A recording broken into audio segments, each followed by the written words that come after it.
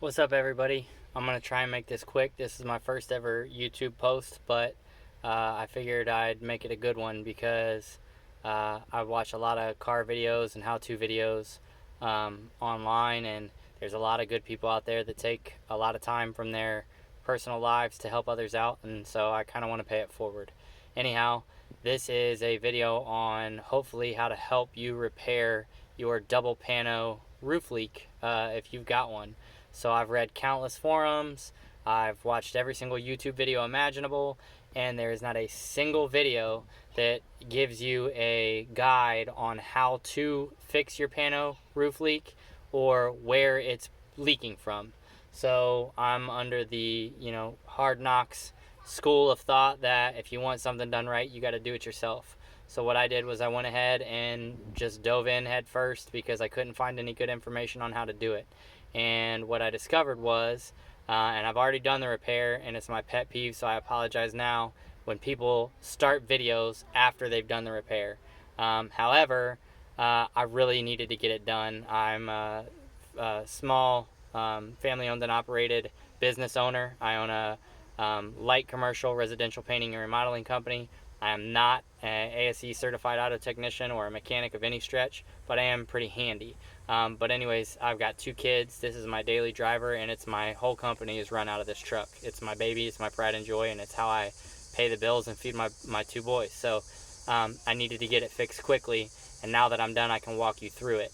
The first thing you're going to need to do is remove your A pillar, your B pillar, and your C pillar. Now, I'm not going to tell you guys exactly how to do that. You can get online. I'll even try and post a link to the PDFs I found. But I've never done it before. I had no experience in doing it, and it took me about 20 minutes to remove all 6 panels and all 4 door sill plates. It's very straightforward, basic hand tools, sockets, screwdrivers. You do need 1 Torx for your seat belts, 1 Torx bit. But again, I own a remodeling company. I had all that stuff, and you can purchase it at your local hardware, and it's going to be a lot cheaper than going to your dealer to have this done. But anyways, back to the matter at hand. So once you've removed the 4 sill plates and the 6 A, B, and C pillars, the headliner drops out. There's only 2 clips. They're back here, clip 1 and clip 2. I just put my arm and pulled down. Both clips come out very easily, and believe it or not, your headliner is predominantly held up by these magnets. Now, this is where the problem arises. These magnets are held up, as you can see, by these steel plates. The steel plates on your rails, and again, I've already completed my fix, are riveted. And the rivets go clean through your plastic drain rails. So when it rains, this rail is what captures your water from the top side. And so these rivets under these plates, and it wasn't so much this back one or this middle one, but it was this front one that was leaking like a sieve. And even worse, this bottom little bump out that you see here is when you open your moonroof, you have an air diffuser that has these like spring-loaded arms. So when this moonroof glass slides back, it releases the spring-loaded arms upward, and you've got that cloth air diffuser. This is held in with rivets. This square piece is not built into the track. It's independent. If you drilled out that rivet, you could pop it right out and you'd have a big square hole right in your track. There is no silicone, no sealant, no gaskets, no nothing around these plates or this trough. And it was leaking catastrophically. I'll post another video. My whole truck smelled extremely musty. I just bought this truck not that long ago.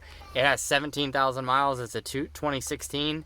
It's 2020 at the time of this video. So I bought a 4-year-old truck with 17,000 miles on it, and now I know why. Somebody was afraid to drive it. They just left it parked in their garage because it was leaking like crazy. So again, I hope this video might help you guys out. Last thing here, I used Weedy sealant, WEDI. You can find it on the internet. I don't like silicone. Silicone does not adhere to every substrate. If you agitate it with your finger, it beads up and repels pretty easily. This Weedy, we use it for bathroom and shower remodels. It's 50 state code approved, 100% waterproof, and it will bind to anything: metal, aluminum, plastic, fiberglass, you name it.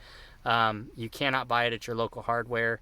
you're gonna have to go to Wheaties website and find a local distributor. It's normally like a specialty tile and stone shop or something, or you could potentially have some shipped to you. It's about, I mean, I get contractor pricing, about $10 a tube my cost, so you might expect to pay about 15, but you know, a trip to the dealer is going to run you about $100 an hour, and they're not going to do anything like this, by the way. I read countless forums of people that have been to the dealership 6 and even 7 times, and what the dealership does is they replace this whole arm on both sides. But what are they replacing it with? The exact same arm that is improperly engineered. So people are like, yeah, they've replaced my arm 6 times and it's still leaking. They can replace it 106 times and it will always leak because there's no gasket or silicone around this. Now, I know everybody's vehicles are different. I know that 2 people can have the exact same truck and both have a water leak and it may be coming from different areas. But I'm telling you, when you watch the other video, and my video doesn't do it justice because I was, you know, again, first and foremost concerned with figuring out what was going on so I could get my work vehicle and family transport back online. It was not a subtle leak. It was gushing in, like catastrophically bad. I've seen sunroofs leak before. I've repaired some sunroofs in some other vehicles I've had. I've never seen one like this. So I know that there is a potential for, you know, drain tubes. There's your front drain tube. Here's your rear drain tube. It connects up here. You know, there's the tendency of those to leak. But again, there's no way, if you have this Pano, and even if it's not an F-150, you know, I'm sure Ford probably used a lot of the same components as far as this Pano and the Explorers or even potentially Expeditions. And if it's this same design with this magnetic clipping system and this spring actuated air diffuser, there's no way that anybody has one of these that's not leaking. I don't care. It's not silicone. There's no gaskets. There's no way that doesn't leak on every single one of these vehicles. I refuse to believe it. I'd love to see one that doesn't. So maybe it's just a matter of maybe yours didn't leak as bad as mine did, but I would be hard pressed to believe that you'd ever find one that wasn't. So again, just get whatever the most waterproof sealant is. There's the passenger side. It doesn't look the prettiest, but you know, as long as it's not leaking, that's my main concern. And I did try and show some restraint. You can see a circle kind of in the middle here where the magnet bites. You know, you do want to leave some surface area for your mounting magnet to still be able to adhere to once you put your headliner back up. So I did focus on, you know, basically backfilling around the magnet. That way, if any water does get on top, it cannot come out into my truck. I don't care if it wants to rest up there and fill up and create a pocket of water all at once. This is plastic. This looks like aluminum, so it's never going to rust out. You can have a watery pocket up there all you want, just don't come into my truck. So I paid special attention to seal around this and then really pile it up on the rivets so it didn't leak out around the heads. And like I say, 360 degrees around these spring actuated air diffuser arm brackets. I really piled it up around those two because it was really seeping in through there. So again, you know, sorry for the poor editing and poor commentary. It's my first video, but mainly I just wanted to, like I say, pay it forward back to the YouTube community because I had nothing to go off of, and I was really upset when I came in and my car smelled like a wet dog. And I did hours and hours of research, forums, YouTube videos, and had nothing to go off of. I was in the dark, and I really feel like this is going to work, and I got a handle on it, and I hope it helps you guys out too. Before I sign off, I always hate it too when I don't get a video where people show me everything, so I'll just do one more pan through. You know, here's the rear drain, just so anybody who hasn't seen it, you know, there's your rear drain there, passenger side. You know, this is your magnetic clip for the headliner. Again, it connects there. You got a push pin there. It clips into the cab of the truck. I can't see the hole from this angle, but it's almost there. It is in the back. Pretty poor, again, camera view, but 2 push pins.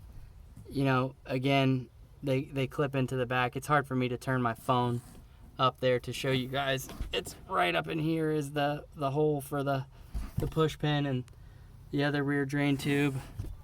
Again, magnetic clipping system, driver's side now, driver's side brackets, rails. The headliner comes out pretty easy. Oh, that's the other thing. All of your electronicals, they're not bolted into the cab of the truck, which is super duper nice because that's not been the case on a lot of my vehicles in the past. They are literally bolted right into the headliner, which is magnetized right to the cab of the truck. There is a wiring harness, a single wiring harness that clips into the back of your mirror here. You just disconnect that wiring harness to drop the front down. And then in the back, you have a wiring harness back here on the passenger side C-pillar. You've got this gray plug and you have a black plug. If you disconnect those, 3 plugs, this gray and the black behind the passenger side C-pillar and the one behind the rear view up front, the whole entire headliner has been disconnected. Those are the only 3 connections other than those 2 push pins and all these magnets. There's 1, 2, 3, 4, 5, 6, 7, 8, 9, 10, 11, 12 total magnets around the entire top of the car. So what I did was, you know, once I removed everything, because the handles hold it in place, I call them the oh shit handles. Your oh shit handles up front hold it in place. Your vent visors hold it in place. Your A, B, and C pillars hold it in place. Once you've removed those, you remove the 2 push pins. You connect or disconnect this front electrical harness. I just kind of put my arm up inside, in between the headliner and the cab, and press down. And these magnets are stronger than you think, but it does unclip. So again, good luck everybody. I hope this helps. You guys all got more than what I did to go off of. So, see ya.